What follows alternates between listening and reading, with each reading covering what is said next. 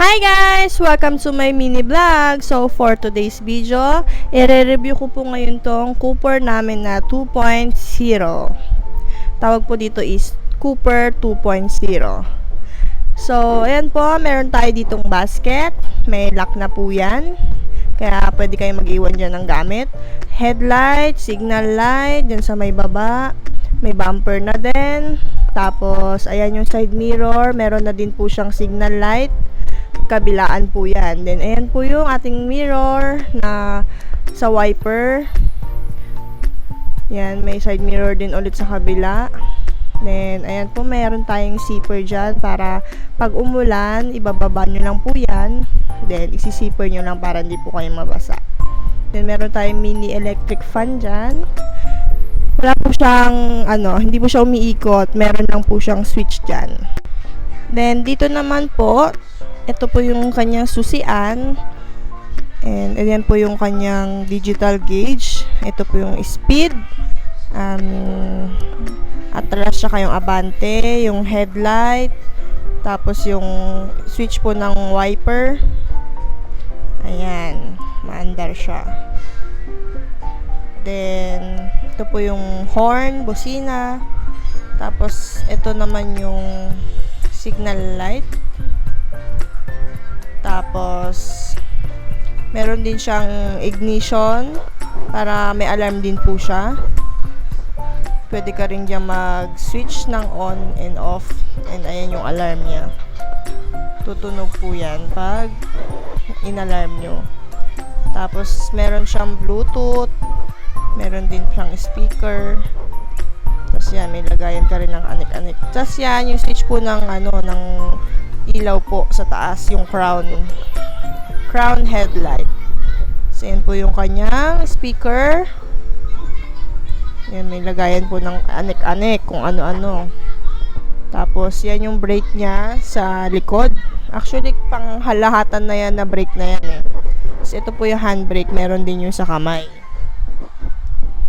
So, ayan, ganyan na rin po yung kanyang, para mabilis kang makasakay, parang ganon. Tapos, ayan na, may side cover na din po siya. Tapos, ayan na po, ang bago natin, meron na siyang extra tire. Ayan yung crown light niya. Ayan, may naghahanap sa akin ng may crown light. Ayan, bumili na po kayo sa amin ng e-bike. Then, ayan po yung basket niya sa likod. Pakita ko lang po sa inyo. So, ayan, susisuyan ko na. Kaso, syunga, hindi pala yan ng susi. May isa pa palang susi, diba? Kasi nga bago. Hindi ko alam to ngayon. Nagbago na pala. So, hindi ko siya mabuksan kasi nga syunga. Diba? Kaya, nagtawag ako ng magbubukas. Kaya yun, pinabukas ko na lang sa kanila. Tapos, tadan! Ayan. Cargo type din po siya, guys. Ayan yung basket niya sa likod. Actually, wala na siyang hydraulic. Pero para sa akin, mas okay yung ganyan. Kasi, hindi ka na mahirapan magbukas ng maigi. So, yan yung gulong niya, 3.0 na. Tapos yan, lalagyan nyo ng lock nyo yan, guys, mawawala yung battery nyo. So, ayan yung itsura ng likod niya. Yan. Same pa rin naman, ganyan pa rin yung headlight. Yung yung ilaw niya sa likod. Brake, signal light, tapos, ayan na yung pinaka-style niya. May ibang color pa tayong available, guys, ha? Diba? May pag ganun-ganun pa siyang video, kasama ko yung aking mga bagets. Actually, 3 silang kasama ko. Yung nagbibideo po yung isa kong panganay. So, ayan. Video lang. Test drive natin, guys. Parang gusto ko na magpalit ng e-bike. Ayan yung e-bike ko, tri-wheel lang. Parang mas bet ko na tong 4 wheels. Tsaka ang ganda ng kulay niya, no? Pero favorite color ko kasi, guys, red. So, habang tinitest drive ko to, mas maluwang pala yung harapan ng akin kaysa yung ito.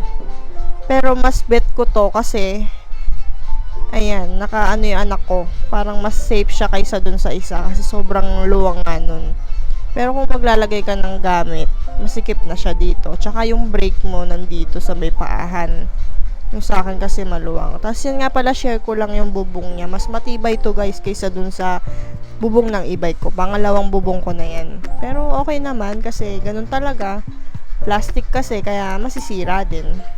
So sa mga gusto pong bumili ng e-bike, PM nyo lang po ako. And sasagutin ko po lahat ng question nyo. Yun lang. Bye!